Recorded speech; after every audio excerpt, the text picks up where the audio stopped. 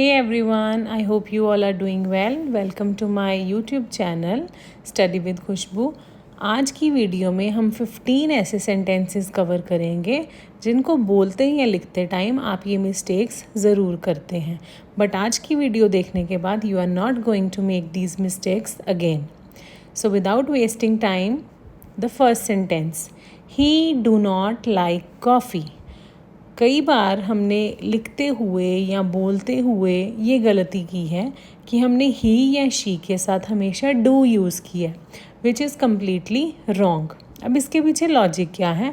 ही जो है वो हमारा सिंगुलर सब्जेक्ट है, शी भी हमारा सिंगुलर सब्जेक्ट है। तो जो भी सिंगुलर सब्जेक्ट होते हैं वो हमेशा सिंगुलर वर्ब ही लेते हैं, और जो प्लूरल सब्जेक्ट होते हैं वो हमेशा प्लूरल वर्ब ही लेते हैं। यहाँ पे डू हमारा प्लूरल वर्ब है और डज़ हमारा सिंगुलर वर्ब है। सो अगर यहाँ ही की जगह मैंने दे लिखा होता तो फिर ये सेंटेंस बिल्कुल ठीक था। They do not like coffee. They plural subject, do not plural verb. यहाँ पे he is singular subject and does is singular verb. He does not like coffee. This is a correct sentence. So अब आज के बाद आपने ही के साथ हमेशा सिंगुलर वर्ब यूज़ करना है, मतलब वो वर्ब जिसके पीछे एस या ई एस लगा हो। नेक्स्ट सेंटेंस देखिए, similar as the previous one. She, अब ही अगर सिंगुलर था तो शी भी क्या है? Singular subject. सो ही और शी के साथ हमने कौन सा वर्ब लगाना है? सिंगुलर वर्ब लगाना है जिसके पीछे एस या ई एस लगा होगा। So this sentence is wrong. She goes to school every day. Similarly हम अगर कोई और वर्ब भी ले लेते हैं, शी वॉक्स। शी के साथ वॉक नहीं आएगा, वॉक्स आएगा। इसी तरह अगर हम और कोई वर्ड ले लेते हैं, शी वर्क्स हार्ड, तो शी के साथ वर्क नहीं, works hard. So next sentence is where you are going. This is a wrong sentence. जब भी हमने किसी से पूछना है कि तुम कहाँ जा रहे हो, तो हमने वेयर आर यू गोइंग, पहले हम वर्ब लगाएंगे, उसके बाद हम सब्जेक्ट यूज़ करेंगे। Where are you going. I am having two brothers. This is the wrong way of saying I have two brothers is the correct one. I have two brothers. She did not went there. Again a logic. जो did है वो do की second form है, ठीक है, do की past form है did.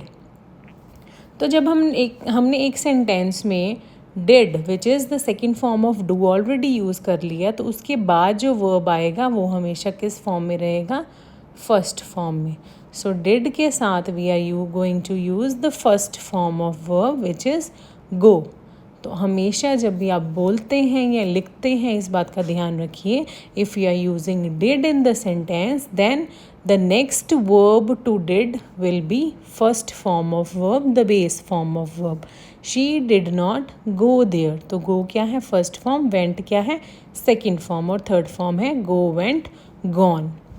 Next, return back my book. हम मोस्टली जब बोलते हैं हम यही बोलते हैं will return back from there, return back my book.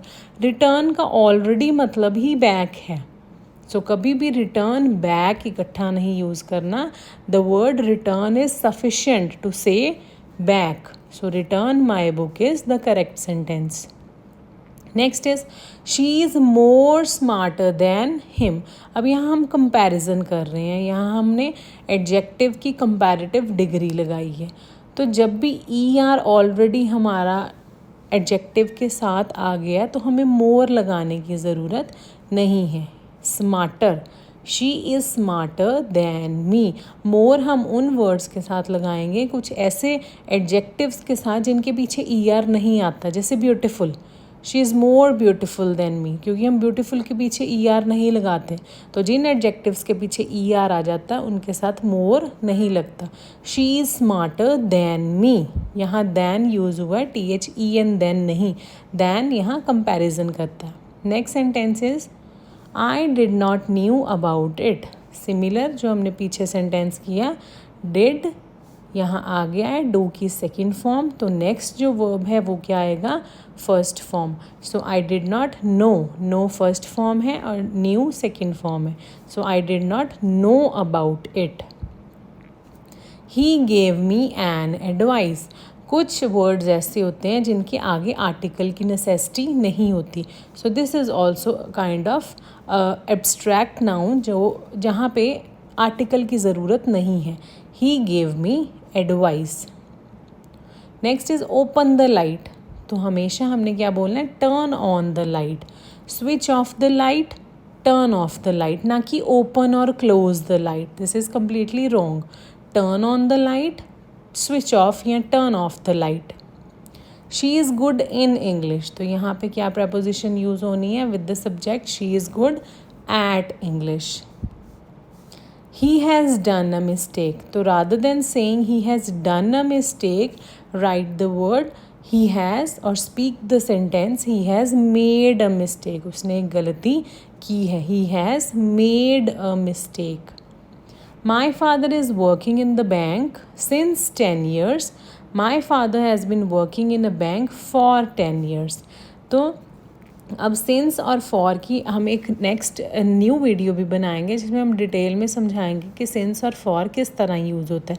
But यहाँ आप ये समझ लीजिए कि जब भी हमारे पास ड्यूरेशन होगी तो तब हमने फॉर लगाना है, और जब भी हमारे पास स्पेसिफिक टाइम होगा या फिर हमें पता होगा कि ये चीज़ कब शुरू हुई है तब हमने सिंस लगाना है. तो यहाँ मुझे नहीं पता कौन से 10 साल, यहाँ ड्यूरेशन है कि मेरे फादर ने बैंक में 10 साल काम किया है. तो for duration we will use for the duration. Next is, अब हमें ईयर पता है, स्पेसिफिक टाइम पता कि कब शुरू किया. तो जब हमारे पास पर्टिकुलर स्पेसिफिक टाइम है, हमें पता है कि ये काम कब से शुरू हुआ, then we will use since. My father has been working in a bank since 2014. I am agree with you कभी नहीं होता. The correct sentence is I agree with you. So I agree with you.